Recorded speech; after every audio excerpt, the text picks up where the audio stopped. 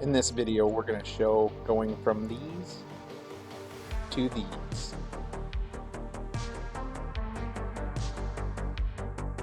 Our first step, we're going to have to rip down all of our boards to our desired width. To get around not having a joiner, what I'm going to do is I'm going to cut my first strip a little wider and then adjust my fence down and cut the first strip one more time to get two clean edges, and then finish up stripping down my board. I'm going to repeat the same process for the rest of the wood we're going to be using in this project. This is what we ended up with: Osage orange, Padauk, yellow heart. We had some red zebra laying around, some purple heart, walnut, maple, sapele, and lastly, cherry. During our first glue up, I'm going to be rotating my strips 90 degrees. This eliminates having to get all my boards the exact same thickness through my planer. It also gives us nice surfaces to use on the glue up. The one drawback, as you can see here, is you have to apply glue one at a time because each one will have a different width. We're going to do a light pre-squeeze on our clamps to hold our panel together, and then we'll be installing our cauls. Once we snug down all of our clamps, we're going to go ahead and remove those cauls so we can start making another panel. When I'm putting these panels together, I'm just randomly grabbing different pieces out of the pile so that there's no pattern that can be seen. This last panel is made up of all of our scraps and really rough pieces that we ended up with that we didn't want to put in our other panels. They'll probably need a lot more prep work to be able to make it usable, so we put them all in the same one so we can do all the surfacing at the same time to all of them. We come back the next day, remove all of our clamps from the last couple of panels that we glued up, and then get them ready for planing.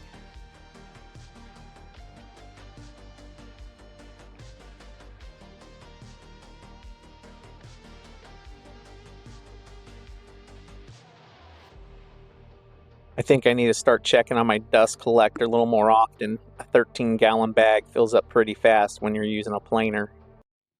Here I'm measuring out all the panels we made after we planed them down, checking to see the width of how we want to divide this up, because I'm going to do it the same way we ripped down our boards at the beginning, where we'll just cut them down and then turn them 90 degrees and glue them up.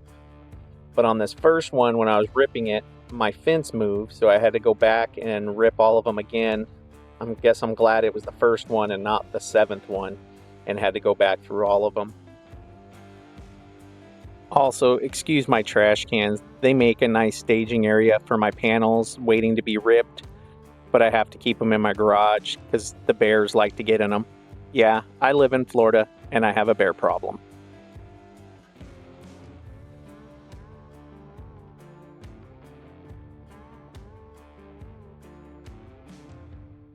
Right here I had a little problem with these cuts. It was pinching on my riving knife pretty hard, so I went and put a little wedge in it to relieve that a little bit so I could finish making the cut. Good thing I had a riving knife in there, I guess, right?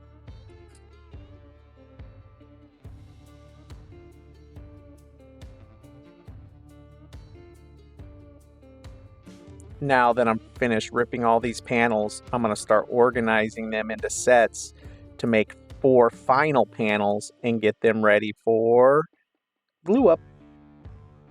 With this glue up, I can actually apply the glue at the same time to all of the pieces because they are the same width now.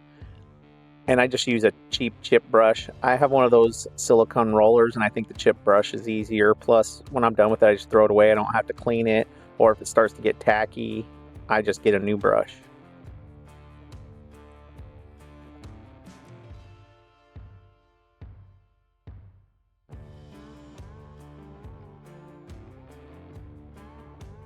Back to the planer we go. One at a time, putting these 4 panels through there, getting the surfaces nice and pretty. Also, when I do my glue ups, I try to get one end pretty even and leave all the stragglers out the other end, so when I plane it, any of my snipe will be on that end that I'm going to be cutting off to even it up.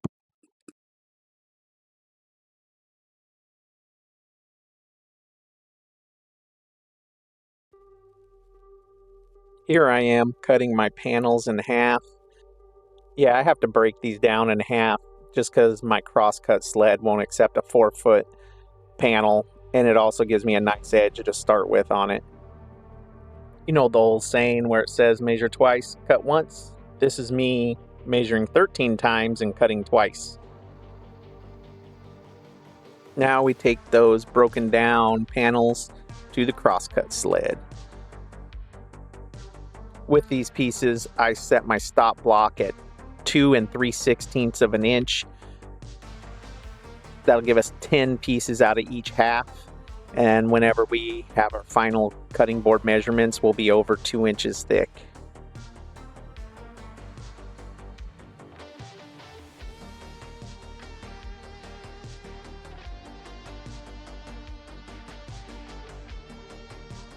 It's pretty neat to see these pieces get stacked on end. They start to look pretty psychedelic with that pattern emerging.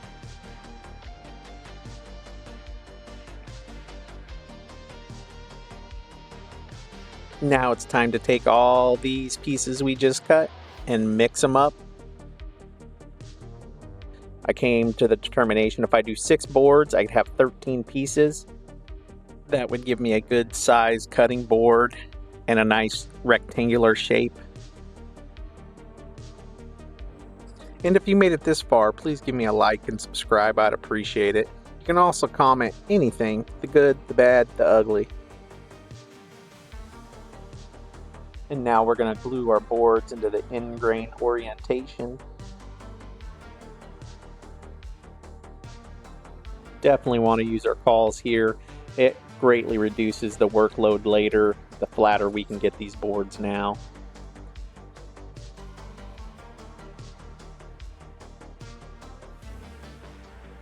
After our first set dries, we're going to pull those out and put another set in. Now it's time for sanding.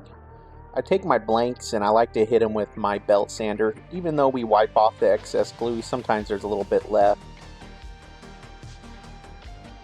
Seems to make the transition to the drum sander so much easier to have a nice, flat, smooth surface on the bottom. And you don't have to have a drum sander. I got away with just a router sled for quite a while. This is just so much nicer. Back to the crosscut sled to square up the boards.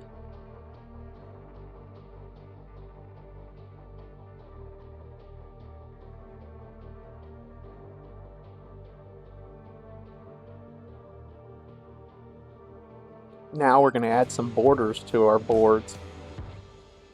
We're going to have to make some end grain borders because you don't want to mix end grain and edge grain.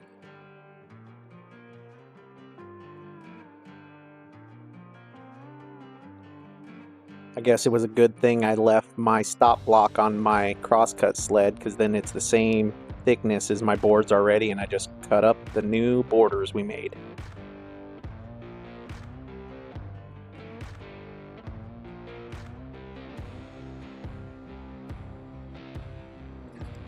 Now I make some floating platforms to go under our borders and our boards so that the borders don't fall between the clamps. Now we glue on our borders using a bunch of clamps, at least on our 2 long edges. We'll leave the borders sticking out and we'll clean those up on our crosscut sled before we do the short ends.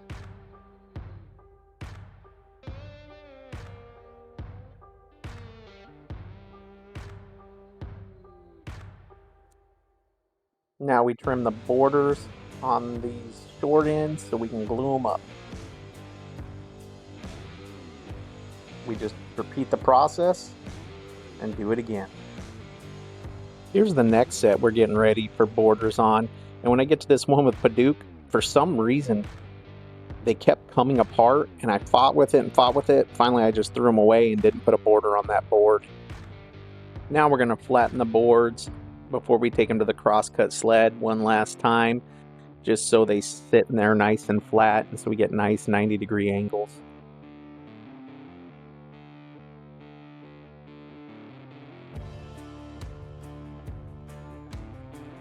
This worked out for our first 3 boards, but our last 3 boards I actually took them over to my router sled. I could have done it on the drum sander, but this was so much quicker and less wear and tear on my drum sander.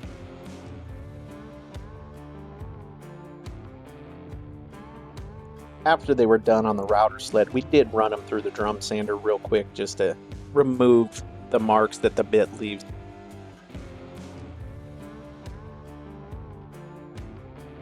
Now it's time to change out the bit in the router and put in some juice grooves. I'm using a 3/4 inch round nose bit. These boards are going to be pretty large and thick, so a nice beefy juice groove should go very well with them. I end up doing 3 passes on each of these boards. My first one is really light just to get me a groove started, and then my second one does the majority of the work, and then I come back with a very light third pass to get out most of the burn marks. I think in all these boards I had one of them that has the maple border that had a little burn mark in the corner, and that was it. It sure does save a lot of time doing that last pass. When we're done with our juice groove install, we take them over to the router table.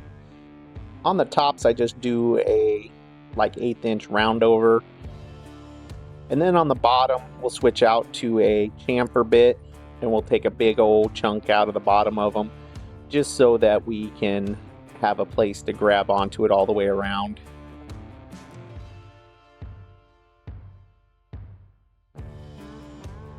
Now once all that's done, we move on to the rest of our sanding. I'll hit it with my belt sander with 80 grit because our drum sander leaves some marks in it. So with this, I'll hit it real quick just to get some of those out before I switch over to the orbital sander with 80 grit.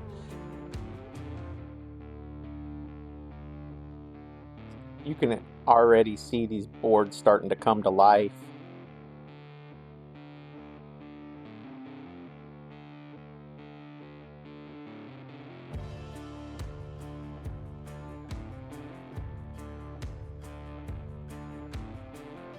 Now we move on to even more sanding, where we start hitting it with our orbital sander. We're going to start with our 80 grit, move through from there to 120, 180, 220, and once we get everything done with 220, we're going to do a water pop, and then we'll come back and hit it with 220 again. During our sanding process, we're also going to be hitting our juice grooves. And I'll show you, this is the one we had to do a little bit of conditioning to with our scraper to get some burn marks out of the corner. But other than that, I just use a 5/8 inch dowel wrapped with some sandpaper to get in that 3/4 inch groove. Works pretty well. I'm also going to be touching up any little imperfections we have. Most of them I just use a little bit of glue and sawdust. On the bottom side, there was a little bitty hole. I used some CA glue and activator to fill that in. And we just keep going, so I'll hurry through the part of this sanding because it takes quite a while.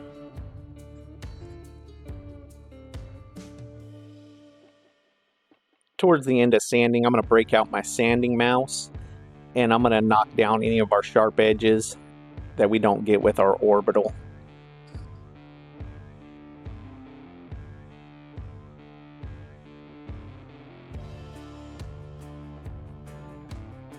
Now I break out my template and pre-drill for our rubber feet for on the bottom of these.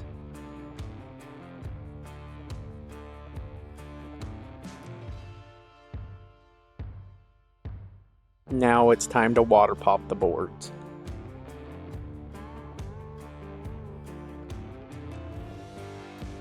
After we wipe them all down, we stand them up and let them dry for a few hours before we come in and do that last sanding to knock down all the fuzzies that get left behind.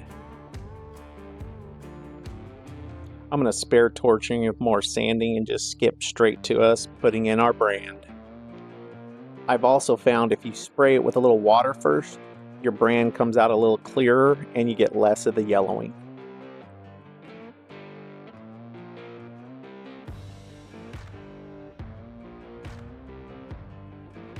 After our branding, we're going to let everything dry real good, and then we're going to blow them off with some compressed air. Now we move on to what everybody's probably been waiting for this whole time, oil.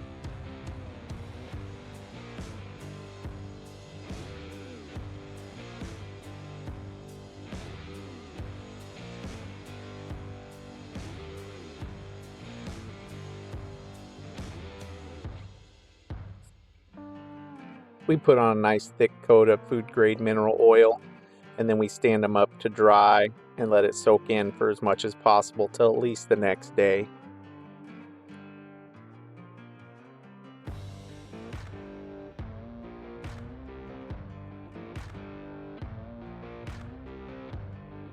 Now that it's the next day, we wipe off any excess oil and install our rubber feet on the bottom. I'll put a dab of board conditioner, which is just some beeswax and mineral oil, on each of the holes, just to act as a lubricant for installing the stainless screws into those pilot holes. And then I'm going to put a nice helping of that board conditioner all over the board.